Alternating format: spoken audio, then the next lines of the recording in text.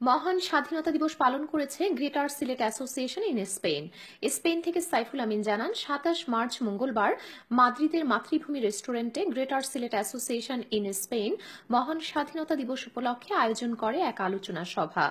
নবগঠিত কমিটির সভাপতি লুৎফুর রহমানের সভাপতিত্বে এবং সাধারণ সম্পাদক ইসলাম উদ্দিন পঙ্কি এবং যুগ্ম সাধারণ সম্পাদক সানুর মিয়া সাদের যৌথ সঞ্চালনায় সভায় প্রধান অতিথি হিসেবে উপস্থিত ছিলেন সাবেক গ্রেটার সিলেটের নির্বাচন কমিশনার মোজাকির আহমেদ।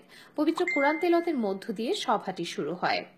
এই সময় বক্তব্য রাখেন ফয়জুর রহমান, রিয়াজ উদ্দিন লুৎফর, এইচ এম দবির তালুকদার, আবু জাফর রাসেল, আব্বাস উদ্দিন, নাজমুল ইসলাম নাজু, ফরহাদ উদ্দিন, মিলাদ আহমেদ, বদরুল ইসলাম মাস্টার, ইফতেখার আলম, আনাও আলী খান, সাইফুর রহমান লিটন, খায়রুজ্জামান, বকুল খান, আব্দুস শুক্কুর, রায়হান উদ্দিন, রাজা আহমেদ, সৌরভ আহমেদ, এনামুল হক এনাম, মাহমুদুর রহমান পান্না সহ আরো অনেকে।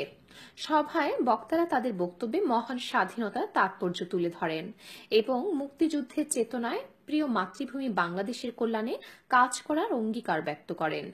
সভা শেষে মুক্তিযুদ্ধে নিহত শহীদদের স্মরণে বিশেষ দোয়া ও মোনাজাত করা হয়।